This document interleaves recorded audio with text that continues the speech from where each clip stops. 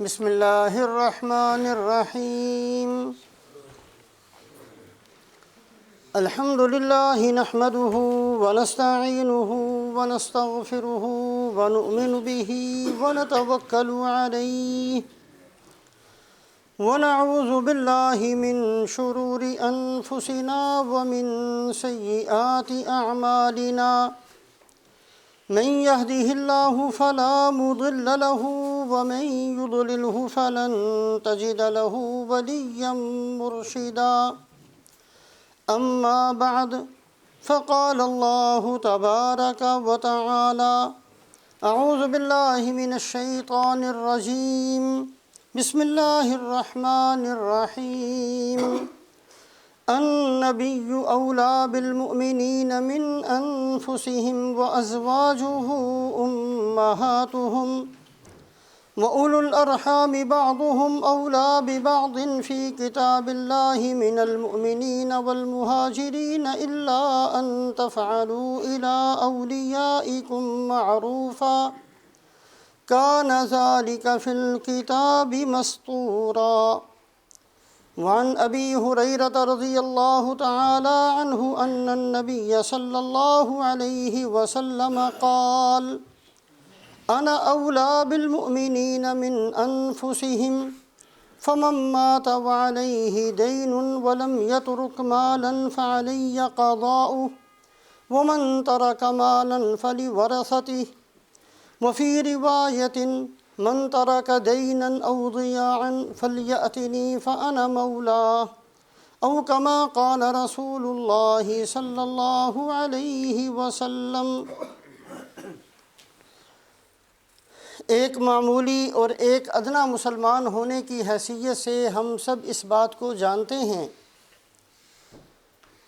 کہ دنیا کے کوئی بھی والدین اپنی اولاد کے لیے اور کوئی بھی استاد اپنے شاگردوں کے لیے اور کوئی بھی حاکم اپنی رعایا کے لیے اور کوئی بھی دوست اپنے کسی دوست کے لیے اتنا خیر خواہ اتنی محبت کرنے والا نہیں ہو سکتا جتنے خیر خواہ جتنا تعلق اور جتنی محبت رکھنے والے حضرت محمد صلی اللہ علیہ وسلم اپنے ہر امتی کے ساتھ ہیں۔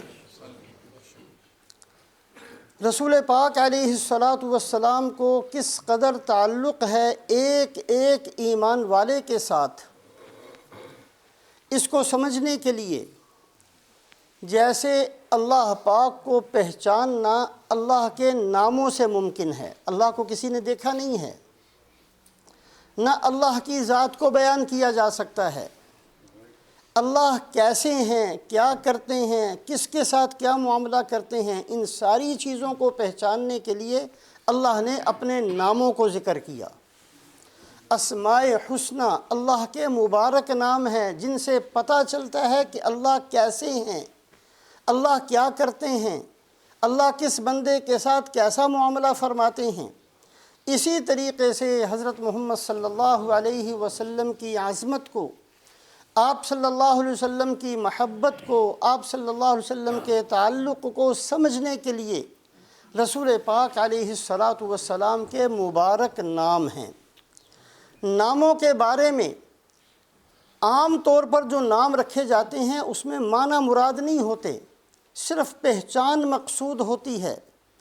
ممکن ہے کسی ایک ایسے آدمی کا نام صابر رکھ دیا جائے جس کے اندر رائی کے دانے کے برابر بھی صبر نہ ہو، کسی ایسے آدمی کا نام شاکر رکھ دیا جائے جو شکر کا معنی بھی نہ جانتا ہو، کسی ایسے آدمی کو علیم کہہ دیا جائے جو جاہل مطلق ہو، کسی ایسے آدمی کا نام شریف رکھ دیا جائے جو شرافت سے واقف ہی نہ ہو۔ دنیا کے اندر یہ چیزیں ممکن ہیں، اس لیے کہ نام رکھنے میں صرف پہچان مقصود ہوتی ہے، نام رکھنے میں اس کے معنی مراد نہیں لیے جاتے۔ لیکن جہاں نام آئیں گے حضرت محمد صلی اللہ علیہ وسلم کے اور جہاں نام آئیں گے اللہ پاک کی ذات عالی کے، وہاں صرف پہچان مقصود نہیں ہوتی بلکہ یہ بھی مقصود ہوتا ہے کہ یہ معنی کمال کے ساتھ اللہ کے نبی حضرت محمد صلی اللہ علیہ وسلم کے اندر موجود ہے۔ رسول پاک علیہ السلام کے 99 مبارک نام تو مشہور ہیں، لیکن بہت ساری احادیث کو جمع کر کے اللہ کے نیک بندوں نے آپ کے اور بھی بہت سارے ناموں کو ذکر کیا ہے۔ ہمارے لاہور کے اندر مولانا موسیٰ خان صاحب نے 521 ناموں کو جمع فرمایا۔ 521 نام حضرت محمد صلی اللہ علیہ وسلم کے۔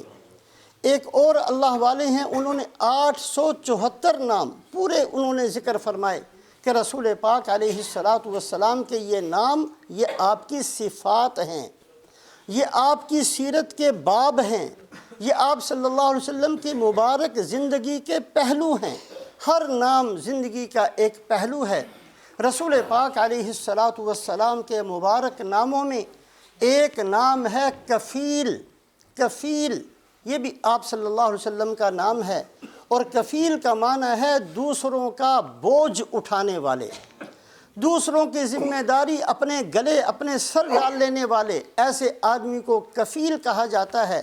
حضرت محمد صلی اللہ علیہ وسلم کی شان اور آپ صلی اللہ علیہ وسلم کی ایک صفت اور آپ صلی اللہ علیہ وسلم کی زندگی کا ایک مبارک پہلو اور آپ صلی اللہ علیہ وسلم کی سیرت طیبہ کا ایک روشن باب یہ ہے کہ رسول پاک علیہ السلام نے اپنی مبارک زندگی میں 1 کا نہیں، 10 کا نہیں، 1000 کا نہیں، بلکہ بے شمار لوگوں کا بوجھ اپنے کندھوں پر اٹھایا۔ رسول پاک علیہ السلام کا مبارک نام ہے کفیل۔ ابھی جو خطبے کے اندر حدیث پاک پڑھی ہے، ابتدا کے اندر رسول پاک علیہ السلام کی عادت مبارک یہ تھی کہ کوئی جنازہ آیا کرتا تو آپ صلی اللہ علیہ وسلم پوچھا کرتے، اس نے کسی کا کوئی حق تو نہیں دینا، اور کہا جاتا جی اس نے حق تو دینا ہے لیکن اس نے مال چھوڑا ہے، اس چھوڑے ہوئے مال سے اس کا حق ادا کیا جا سکتا ہے۔ آپ صلی اللہ علیہ وسلم فرما دیا کرتے اس کا قرضہ ادا کر دیا جائے، اور اس کے بعد نماز جنازہ پڑھ دیا کرتے۔ اور اگر یہ ہوتا کہ کسی مرنے والے نے لوگوں کا دینا تو تھا لیکن چھوڑا کچھ نہیں ہے بلکہ اس کے ذمے ہے کسی کا حق، تو آپ صلی اللہ علیہ وسلم ارشاد فرما دیا کرتے صلو علی صاحبکم، اس آدمی کا نماز جنازہ خود پڑھ لو، میں نے نہیں پڑھنا۔ ابتدا کے اندر تو یہ عادت شریفہ تھی، لیکن پھر رسول پاک علیہ السلام نے اپنی اس عادت مبارکہ کو بدل دیا، اور آپ صلی اللہ علیہ وسلم نے اعلان فرما دیا انا اولا بالمؤمنین من انفسہم، میں ہر ایمان والے کے اس کی ذات سے بھی زیادہ قریب ہوں۔ اس کی ذات کوئی بندہ اپنا خیر خواہ اتنا نہیں ہو سکتا، ایک آدمی ایسے اعمال کر کے اپنے آپ کو جہنم کا ایندھن بنا سکتا ہے، لیکن رسول پاک علیہ السلام ہر آدمی کے اس سے زیادہ خیر خواہ ہیں کہ ہر ایک کو جنت تک پہنچانا چاہتے ہیں۔ انا اولا بالمؤمنین من انفسہم، میں ہر ایمان والے کا اس کی ذات سے بھی زیادہ خیر خواہ ہوں۔ اور اس کے بعد اعلان فرمایا فمن مات وعلیہ دین ولم یترک مالا فعلی قضاء، کہ جو آدمی مر جائے اور اس نے اگر کسی کا قرضہ دینا ہو، اس کا قرضہ میرے ذمے ہے، میں اس کا قرضہ ادا کروں گا۔ یہ عام اعلان تھا رسول پاک علیہ السلام کی طرف سے کہ کوئی بھی بندہ مر جائے اور اس نے کسی کا حق دینا ہو، وہ محمد الرسول اللہ صلی اللہ علیہ وسلم کی خدمت میں آ جائے، آپ صلی اللہ علیہ وسلم اس کا سارا قرضہ ادا فرما دیں گے۔ اور اگر کسی مرنے والے نے مال چھوڑا ہے فلی ورثتہ، وہ مال اس کے گھر والوں کو دیا جائے گا، اس میں سے ہمیں کچھ نہیں چاہیے۔ اور پھر یہاں تک اعلان فرما دیا رسول پاک علیہ السلام نے کہ صرف مرنے پر ہی موقوف نہیں، من ترک دینا او ضیاعا فلیأتنی، جس کے ذمے بھی قرض ہو اور وہ قرض ادا کرنے پر قدرت نہ رکھتا ہو، کسی کا کوئی نقصان ہو گیا ہو وہ اس کو ادا نہ کر سکتا ہو، فلیأتنی، وہ میرے پاس آیا کرے، میں اس کا قرضہ بھی ادا کروں گا، میں اس کے ذمے پڑنے والی مصیبت کو بھی دور کر دوں گا، فانا مولا، اس لیے کہ میں اس کا والی ہوں۔ تو حضرت محمد صلی اللہ علیہ وسلم کے مبارک ناموں میں سے ایک نام ہے کفیل۔ رسول پاک علیہ السلام دوسروں پر خرچ فرمانے والے، دوسروں کی ضرورت کو پورا فرمانے والے، سخاوت کا بہترین معیار حضرت محمد صلی اللہ علیہ وسلم نے انسانیت کو سکھایا۔ مسلم شریف کی روایت ہے، ایک صحابی رسول پاک علیہ السلام کی خدمت میں آئے، ابھی مسلمان نہیں ہوئے تھے، انہوں نے دیکھا کہ آپ صلی اللہ علیہ وسلم کی ملکیت کے اندر ایک بہت بڑا بکریوں کا ریوڑ کھڑا ہوا ہے، کہا یا رسول اللہ یا مجھے دے سکتے ہیں؟ ہیں، آپ نے فرمایا سارے کا سارا لے لو۔ وہ آدمی ان بکریوں کو لے کر اپنے گھر میں گیا ہے، اپنی قوم کے پاس گیا اور چیختا ہوا جا رہا تھا، اے قوم اسلموا فإن محمدا لیعطی عطاء ما یخاف الفقر، اے میری قوم مسلمان ہو جاؤ، اے لوگوں مسلمان ہو جاؤ، میں ایسی ہستی کے پاس سے آیا ہوں جو بہت خرچ کرتے ہیں، بڑی سخاوت کرنے والے ہیں اور کبھی بھی ان کو فقر کا کوئی ڈر نہیں ہوتا۔ تو حضرت محمد صلی اللہ علیہ وسلم کے مبارک نام ہے کفیل۔ آپ صلی اللہ علیہ وسلم لوگوں کا بوجھ اٹھانے والے اور لوگوں کی ذمہ داریاں اپنے سر لینے والے اور لوگوں پر خرچ کرنے والے۔ آپ صلی اللہ علیہ وسلم کی نبوت سے پہلے حاتم طائی نام تھا، بڑا مشہور تھا عربوں کے اندر، اس کی سخاوت کے قصے مشہور تھے، یہاں تک اس کی سخاوت مشہور تھی کہ جب وہ دنیا سے چلا گیا اور اس کا انتقال ہو گیا، اس کی قبر کے اوپر کھڑے ہو کر بھی کوئی بندہ کہتا، اے حاتم مجھے بھوک لگی ہے، اے حاتم میں ضرورت مند ہوں، تو وہ حاتم اپنے گھر والوں کے خواب میں آیا کرتا کہ اس بندے کی ضرورت کو پورا کر دو۔ ایسی سخاوت اس کی مشہور تھی۔ حاتم طائی کی بہن حضرت عدی رضی اللہ تعالیٰ عنہ کو بھیجتی ہیں۔ حاتم طائی کی بہن رسول پاک علیہ السلام کی خدمت سے جب ہو کر گئی، اپنے بھتیجے کو عدی ابن حاتم کو بھیجا کہ اے عدی جاؤ محمد الرسول اللہ صلی اللہ علیہ وسلم کے پاس، اللہ کی قسم وہ ایسی سخاوت کرنے والے ہیں کہ تیرا باپ تو سوچ بھی نہیں سکتا تھا۔ حاتم طائی کی بہن خود کہتی ہے کہ ایسے سخی ہیں، ایسا خرچ کرنے والے ہیں، تیرا باپ تو ان کو دیتا تھا جو اگر مانگا کرتے تھے، محمد الرسول اللہ تو گھروں میں پہنچا کر آتے ہیں، یہ تو خود لوگوں کی ضرورتوں کو تلاش کر کر کے ان پر خرچ کرنے والے ہیں۔ اے عدی جاؤ محمد الرسول اللہ صلی اللہ علیہ وسلم کی خدمت میں، اس لیے کہ وہ ایسی سخاوت کرتے ہیں کہ تیرا باپ بھی ویسی سخاوت نہیں کر سکتا۔ رسول پاک علیہ السلام کیسے ہیں، آپ کی مبارک زندگی کیسی ہے، آپ کی سیرت طیبہ کیسی ہے، اگر اس کو پہچاننا ہو، اس کو جاننا ہو، اس کو سیکھنا ہو تو اس کے لیے رسول پاک علیہ السلام کے مبارک نام ہیں۔ ہر نام اعلیٰ درجے کا معنی آپ صلی اللہ علیہ وسلم کی ذات کے اندر موجود ہے۔ ممکن ہے صابر کے اندر صبر نہ ہو، ممکن ہے شاکر کے اندر شکر نہ ہو، ممکن ہے شریف کے اندر شرافت نہ ہو، لیکن حضرت محمد صلی اللہ علیہ وسلم کے جو مبارک نام ہیں وہ کمال کے ساتھ اور اعلیٰ درجے کے ساتھ حضرت محمد صلی اللہ علیہ وسلم کی ذات بابرکات میں موجود ہیں۔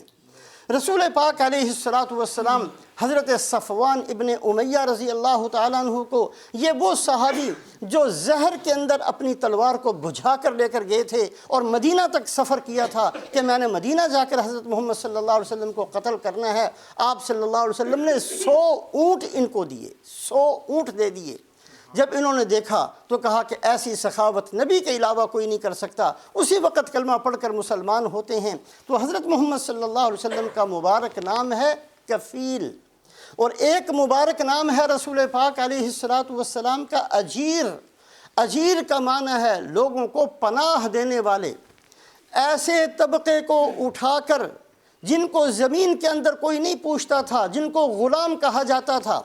اس زمانے کے اندر غلاموں کی خرید و فروخت ہوتی تھی، بھیڑ بکریوں کی طرح غلاموں کو خریدا جاتا تھا، بیچا جاتا تھا، بازار لگتے تھے، منڈیاں لگتی تھیں جس کے اندر عورتوں کو بھی بیچا اور خریدا جاتا، جس کے اندر مردوں کو بھی بیچا اور خریدا جاتا، اور یہ غلام ہوتے تھے۔ اور اس زمانے کے اندر غلامی کی 15 صورتیں تھیں، اس کی تفصیل تو بہت لمبی ہے۔ غلام ہوتے، گھروں کے اندر کام ان سے لیا جاتا، وہ کسی چیز کے مالک نہیں تھے، وہ اپنی زندگی کے بھی مالک نہیں تھے، وہ جب چاہیں سو نہیں سکتے تھے، جب چاہیں کھا نہیں سکتے تھے، جو ان کو آقا کہہ دیتا اسی کے حساب سے ان کو زندگی گزارنا پڑتی۔ یہ ایک غلاموں کا طبقہ، رسول پاک علیہ السلام کی مبارک صفت اور آپ کا مبارک نام اجیر، رسول پاک علیہ السلام نے اس طبقے کو اتنی پستی سے اٹھایا ہے اور کہاں آسمانوں تک پہنچایا۔ پوری انسانیت کی تاریخ کے اندر ایسا احسان کرنے والا حضرت محمد صلی اللہ علیہ وسلم کے علاوہ کوئی نہیں ہے۔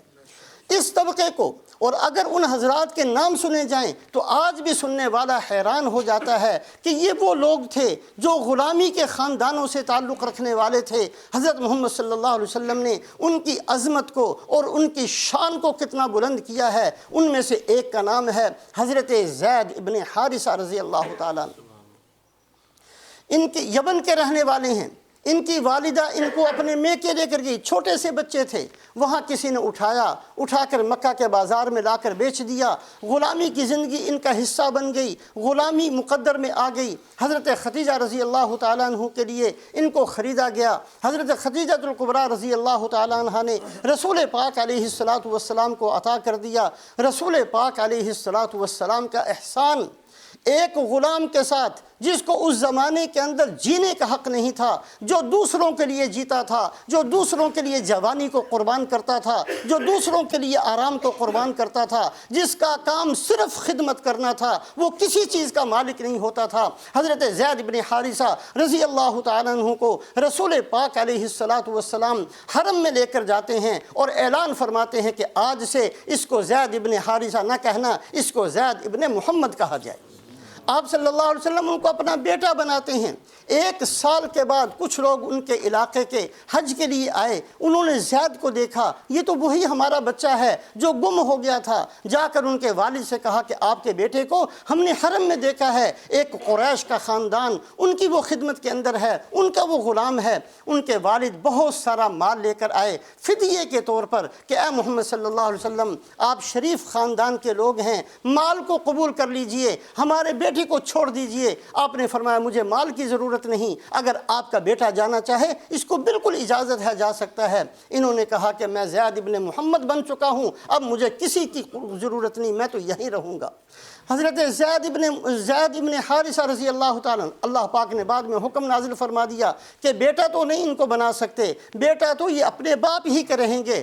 پورے صحابہ کی جماعت میں سے ایک نام ہے جو قرآن کے اندر اللہ نے ذکر کیا، فلما قضا زید۔ حضرت صدیق اکبر کا نام بھی قرآن میں نہیں ہے، حضرت عمر رضی اللہ تعالیٰ عنہ کا نام بھی قرآن میں نہیں ہے، حضرت عثمان رضی اللہ تعالیٰ عنہ کا نام بھی قرآن میں نہیں۔ اگر قرآن میں نام ہے تو زید کا ہے، حضرت زید رضی اللہ تعالیٰ عنہ غزوہ موتہ میں شہید ہو گئے۔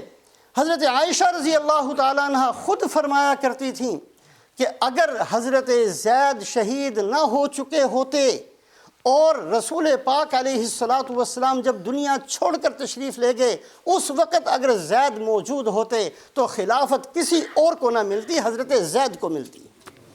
یہ تھا رسول پاک علیہ السلام کی صفت۔ آپ کا مبارک نام اجیر، آپ نے کیسے پناہ دی ہے، کیسے نیچے سے اٹھا کر بلند کیا ہے، کتنی بلندی عطا کی ہے، اپنی صحابہ کی جماعت کے کتنا اوپر رکھا ہے، کس قدر شفقت اور محبت کا معاملہ کیا ہے۔ کہاں تھے زید ابن حارثہ، اور کتنا اونچا مقام ہے کہ ان کا نام اللہ قرآن میں ذکر فرماتے ہیں، اور زید ابن حارثہ زید ابن محمد کہلوائے جاتے ہیں۔ یہ تھا رسول پاک علیہ السلام کی مبارک زندگی کا پہلو۔ حضرت سلمان فارسی رضی اللہ تعالیٰ عنہ بکتے بکاتے کتنی دفعہ بکے ہیں، اور غلامی کی زندگی گزارتے ہوئے مدینہ منورہ پہنچتے ہیں، رسول پاک علیہ السلام کی خدمت میں حاضر ہوئے۔ آپ صلی اللہ علیہ وسلم کو دیکھتے ہی پہچان لیا، فوراً اسلام کو قبول کیا، اور پھر ان کے آقا نے کہا کہ اگر آزادی چاہتے ہو 300 کھجوروں کے درخت لگاؤ، جب وہ پھل دینے شروع کر دیں گے اس دن میں تمہیں آزاد کروں گا۔ رسول پاک علیہ السلام نے اپنے دستے مبارک سے خود جا کر کھجوروں کے درخت لگائے اور فرمایا سلمان منا اہل البیت، میں اعلان کرتا ہوں کہ سلمان آج سے اہل بیت کے فرد شمار ہوں گے۔ حضرت سلمان فارسی غلامی کی زندگی گزارنے والے کو کتنا اونچا مقام دیا ہے، اور فرمایا کہ اے سلمان، لوگ مشتاق ہیں، لوگوں کو شوق ہے کہ اللہ ان کو جنت دے دے، اے سلمان جنت کو شوق ہے کہ کب سلمان میرے پاس آئیں۔ یہ مقام اور یہ درجہ حضرت محمد صلی اللہ علیہ وسلم ان لوگوں کو دیتے ہیں جن لوگوں کو اس زمانے میں پوچھا نہیں جاتا تھا، جن کو جینے کا حق نہیں تھا، جن کی زندگی اپنی نہیں سمجھی جاتی تھی، جن کو کسی چیز کا مالک نہیں سمجھا جاتا تھا۔ ایسے طبقے کو رسول پاک علیہ السلام نے آسمان کی بلندیوں تک پہنچایا ہے۔ حضرت عامر ابن فہیرہ رضی اللہ تعالیٰ عنہ، یہ بھی غلامی کی زندگی بسر کرنے والے، جب انتقال ہوتا ہے فرماتے ہیں فزت ورب الکعبہ، شہید ہوتے اللہ رب کعبہ کی قسم میں کامیاب ہو گیا، اور اللہ پاک ان کی لاش کو فرشتوں کے ذریعے آسمانوں پر اٹھا لیتے ہیں۔ اتنی بلندی، اتنا اونچا مقام، اتنا صحابہ کے اندر عظمت کی نگاہ سے دیکھا جانا، یہ رسول پاک علیہ السلام کی اس تربیت کی وجہ سے تھا۔ آپ صلی اللہ علیہ وسلم نے جو قسم پرس طبقہ ہے ان کو اتنا بلند کیا۔ مکہ فتح ہوتا ہے، جس دن مکہ فتح ہوا رسول پاک علیہ السلام بڑی شان کے ساتھ مکہ میں داخل ہوتے ہیں، اور اس دن مکہ کے رہنے والے بھی سب اس بات کے متمنی ہیں، خواہش مند ہیں کہ رسول پاک علیہ السلام ان کو اپنے دائیں بائیں جگہ دے دیں۔ مدینہ کے صحابہ بھی بڑے خواہش مند ہیں کہ آج مکہ میں داخل ہوتے وقت رسول پاک علیہ السلام کے ساتھ ہم ہوں۔ آپ صلی اللہ علیہ وسلم سارے بتوں کو گرا کر جب بیت اللہ کے اندر تشریف لے گئے، کس کو ساتھ رکھا؟ حضرت اسامہ ابن زید کو اور حضرت بلال کو۔ یہ وہ لوگ تھے جن کو پوچھا نہیں جاتا تھا، جن کا مقام نہیں تھا، جن کا مرتبہ نہیں تھا، جن کو انسانیت کا سب سے گھٹیا درجہ دیا جاتا تھا۔ ان لوگوں کو حضرت محمد صلی اللہ علیہ وسلم نے اس وقت بھی صدیق اکبر کو اور حضرت عمر رضی اللہ تعالیٰ عنہ کو اور کسی بڑے آدمی کو ساتھ نہیں رکھا، یہ بتانے کے لیے کہ ساری دنیا جب ان کو کچھ ملتا ہے وہ بڑوں کے ساتھ تعلق جوڑتی ہے، محمد الرسول اللہ صلی اللہ علیہ وسلم کا تعلق چھوٹے لوگوں کے ساتھ، غریب لوگوں کے ساتھ، جن کو قسم پرس سمجھا جاتا ہے، ان کو بلند کیا ہے حضرت محمد صلی اللہ علیہ وسلم نے۔ بیت اللہ کے اندر تشریف لے گئے، کعبہ کے اندر تشریف لے گئے، ایک طرف حضرت اسامہ ہیں اور ایک طرف حضرت بلال رضی اللہ تعالیٰ عنہ کو ساتھ لے کر بیت اللہ کے اندر گئے ہیں۔ حضرت حسن بصری رحمۃ اللہ علیہ کا نام کس نے نہیں سنا ہوگا؟ حضرت حسن بصری رحمۃ اللہ علیہ غلاموں کے خاندان سے تعلق رکھتے ہیں۔ کتنا اونچا مقام، امت کا سردار بنا دیا، اتنا اونچا مقام دیا، اپنی امت کو تربیت دی، صحابہ کو تربیت دی کہ کسی کی ذاتی حیثیت کو نہ دیکھنا، اس کے اندر کی صلاحیت کو دیکھنا، اس کے اندر کے ایمان کو دیکھنا، اس کے اندر کیا ہے اس کو دیکھ کر اس کے ساتھ معاملہ کرنا۔ اس امت نے حضرت حسن بصری کو اپنی آنکھوں پر بٹھایا ہے، حالانکہ وہ غلاموں کے خاندان کے تھے۔ اس امت نے حضرت علامہ ابن سیرین رحمۃ اللہ علیہ کو اپنے سر پر بٹھایا ہے، حالانکہ وہ غلاموں کے خاندان سے تھے۔ حضرت امام محمد رحمۃ اللہ علیہ کتنے بڑے امام ہیں، امام شافعی رحمۃ اللہ علیہ کے استاد ہیں، امام شافعی رحمۃ اللہ علیہ کے استاد ہیں، اور بڑے اماموں میں سے ان کا نام ہے حضرت امام محمد رحمۃ اللہ علیہ۔ یہ بھی غلاموں کے خاندان سے ہیں، ان کے باپ دادا سب غلام تھے، لوگ ان کو خریدتے تھے، بیچتے تھے۔ جب یہ اسلام کے اندر ہیں تو یہ اسلام کی تربیت تھی، یہ رسول پاک علیہ السلام کی تعلیم تھی۔ یہ اپنی امت کو سکھانا تھا کہ اندر کو دیکھنا، دلوں کو دیکھنا، کسی کی صورت کو نہ دیکھنا، کسی کے مال کو نہ دیکھنا، کسی کی ذاتی ظاہری چیزوں کو نہ دیکھنا، اندر کی صلاحیتوں کو دیکھ کر اس کے ساتھ معاملہ کرنا، یہ رسول پاک علیہ السلام کی تعلیم۔ حضرت امام محمد رحمۃ اللہ علیہ کا واقعہ بڑا تعجب والا واقعہ، تہجد کی نماز کا وقت ہے، امام ابو حنیفہ رحمۃ اللہ علیہ تہجد کی نماز سے فارغ ہوئے، ایک نوجوان سا لڑکا بھاگتے ہوا آیا، حضرت میں نے ایک مسئلہ پوچھنا ہے۔ امام ابو حنیفہ رحمۃ اللہ علیہ دیکھتے ہیں کہ چھوٹا بچہ ہے، 15 سال تقریباً اس کی عمر ہے، یہ مسئلہ پوچھنے کے لیے تہجد کے وقت میں آیا۔ حضرت میں نے مسئلہ یہ پوچھنا ہے کہ ایک نوجوان ہے، اس نے عشاء کی نماز پڑھ لی عشاء کے وقت کے اندر، پھر وہ سو گیا، اس کے بعد وہ بالغ ہوا ہے، رات کے اندر وہ بالغ ہو گیا۔ اب اس کو وہ اپنی نیند سے اٹھا ہے، اس کو عشاء کی نماز دوبارہ پڑھنی چاہیے یا جو نماز اس نے پڑھی تھی وہ ادا ہو گئی؟ یہ مسئلہ پوچھا ہے۔ کسی کا دماغ یہاں تک پہنچتا ہے، بچہ ہے، بچپن کے اندر نابالغ ہونے کی حالت کے اندر عشاء کی نماز پڑھ چکا، پڑھ کر وہ لیٹ گیا، بالغ ہو گیا، بالغ ہونے کے بعد اس کو اس نماز کا دہرانا ضروری ہے یا اس کی نماز ادا ہو گئی؟ حضرت امام صاحب نے فرمایا کہ نہیں، اس کو نماز دوبارہ پڑھنی پڑے گی۔ یہ ایسے ہی ہے جیسے کسی نے حج کیا ہو اور نابالغی کی حالت میں، اور پھر وہ بالغ ہو جائے اور صاحب نصاب بن جائے، اس کو دوبارہ حج کرنا پڑتا ہے۔ اسی طریقے سے اس نوجوان کو دوبارہ عشاء کی نماز پڑھنی پڑے گی۔ یہ اٹھے اور ایک کونے میں جا کر اپنی عشاء کی نماز کو دوبارہ پڑھا۔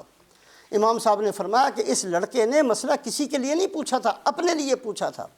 امام صاحب رحمۃ اللہ علیہ کی خدمت میں آئے، میں آپ کے شاگردوں میں آنا چاہتا ہوں۔ امام صاحب نے فرمایا کہ میرے شاگردوں میں آنے کے لیے شرط یہ ہے کہ قرآن کا حافظ ہونا چاہیے۔